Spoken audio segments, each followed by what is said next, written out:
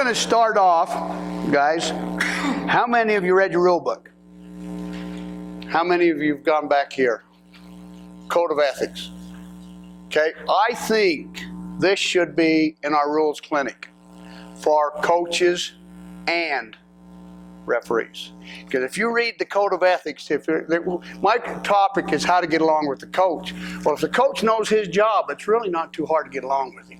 If he does. If you read down here, it says the function of the coach is to educate students to participate in interscholastic competition, and interscholastic should be designed to enhance academic achievement. It should never interfere with the opportunities for academic success. Okay, and then we'll go down here a little bit further.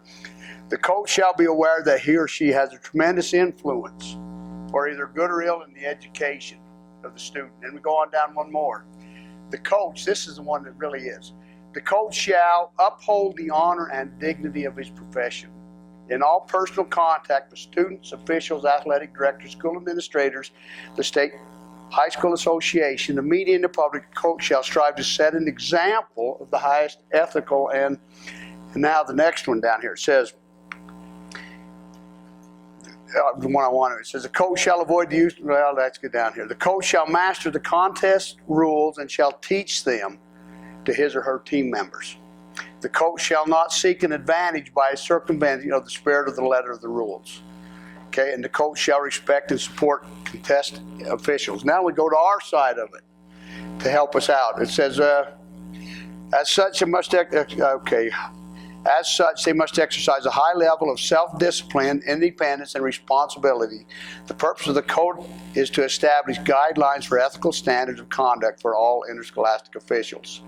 Officials shall master both the rules of the game and the mechanics necessary to enforce the rules, and shall exercise authority in an impartial, firm, and controlled manner. Okay, now this is what we do here. Officials shall work with each other and their state association in constructive and cooperative manner. So we work together trying to get to these things, and I'm just going to read one more right here. Officials shall be punctual and professional in the fulfillment of contract, obligation, and the next one.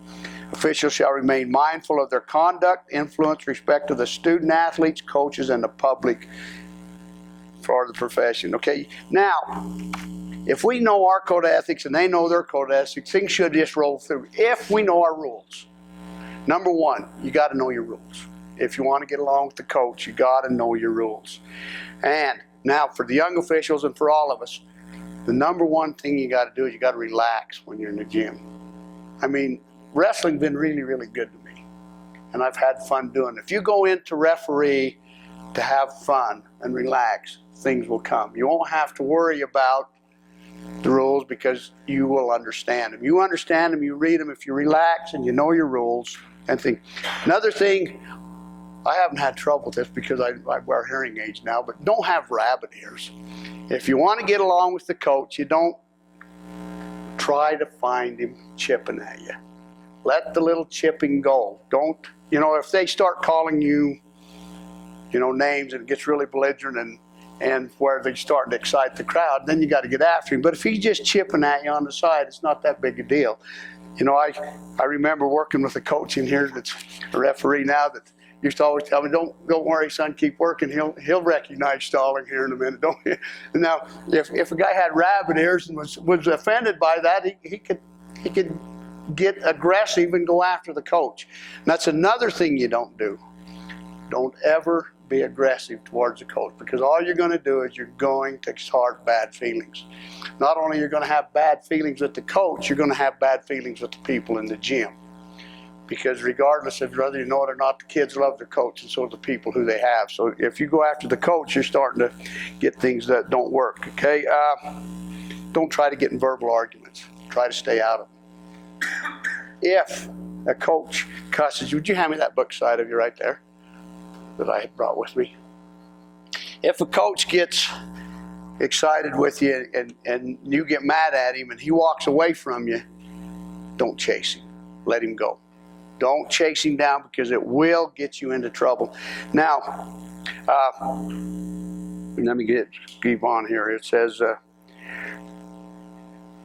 if a coach comes to you and he's being real verbal and aggressive, one thing you need to remind the coach And it doesn't hurt to remind him that it's his duty to keep the crowd under control. It's the coach's duty and their administrator to keep the crowd. So a lot of it's his examples. If we talk to him number one thing I keep coming back to, and I've wrote it down in here twice, is you got to stay calm. Don't let the call before affect you. You've got to, if you've blown a call and you've got it taken care of and you've talked it out, forget it. It's done. Okay? I'll tell you something I try to avoid is making eye contact with the coach. If I'm not making eye contact with me, he's not yelling at me. You know, if you make eye contact with him and he's got a bad body language and he's mad at you, you're going to be able to tell right now, and it's going to affect you. It's going to affect yourself.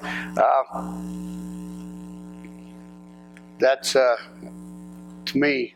If I can keep the coach out of my mind for the match, it keeps you more on control of your match, so it's easier to control them.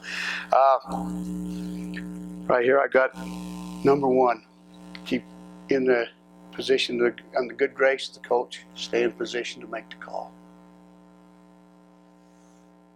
You don't make any calls looking up somebody's hind end.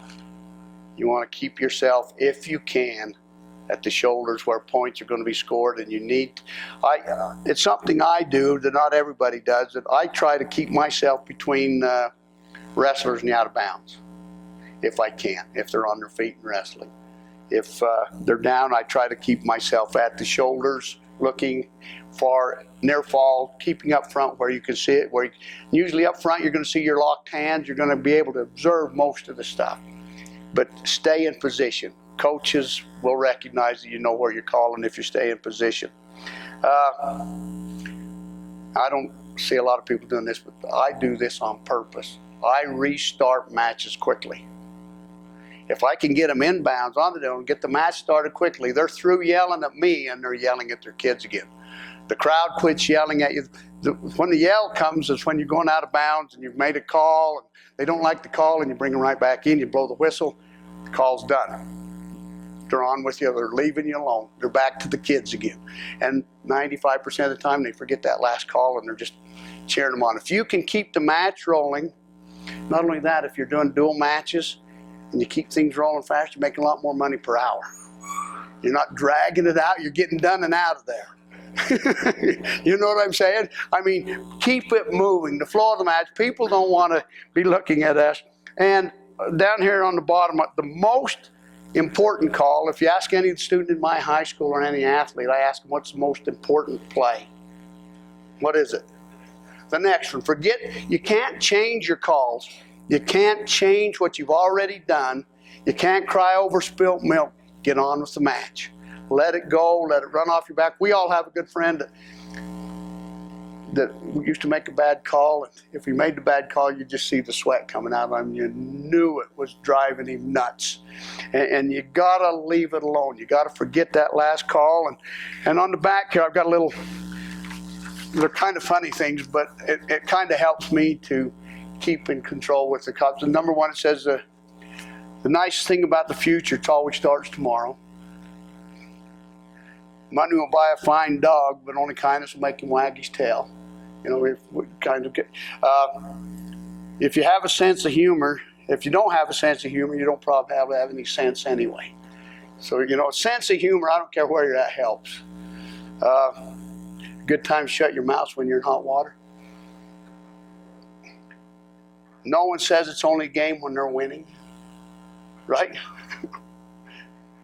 This is for us older people. It says, I've reached the age where happy hour is a nap. I hope you guys don't mind this, but it's kind of some things I like to understand. It says, money can't buy happiness, but sometimes more comfortable to cry in a Mercedes than it is a Pinto. What's that? There's nothing in here that you're going to have to worry about. They won't get the typical Frank. Always be yourself, because the people that matter don't mind, and the ones who mind don't matter. And There's life isn't tied with a bow, but it's still a gift, you know, and we enjoy it. But I have a couple of things I write on my board, and they stay there all year. When you go anywhere you go, number one, it's you pull your own happiness wagon. You know, you go into a place with an attitude, a good attitude, it's going to rub off. You know, if with a smile, you can sell an Eskimo refrigerator. I don't care what you say. If you can smile, you can get along with anybody. And the other one says, if you continue to do what you've always done, you'll get what you've always got. So if you're not willing to change, you're going to still get the same thing over and over and over again. That's kind of insanity. And the last one is by Dan Gable, before I quit, is says, never let your physical or mental conditioning be the reason you get defeated. So if you're mentally prepared for a match, you're mentally prepared for a coach, you're physically fit to do it, you're going to have a great time. Just sit back and enjoy the ride. And there's a couple of books that I read. Actually, before I go on, read this. The case manual. I guarantee you're going to find something that you're going to run into. And you're going to say, what was that? And if you've seen it in the case manual, it's an automatic call. Read it. And a couple of books.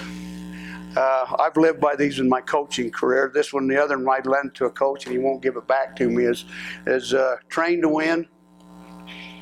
When you train to win in wrestling official, read your books, train yourself, get you ready to go. And the other one, I don't know if any of you know who Dr. Shepard is, but he's the president of Bigger, Faster, Stronger. If you ever get a chance, read his book. It says Being 11. And it'll change your attitude about a lot of things you do. Thank you.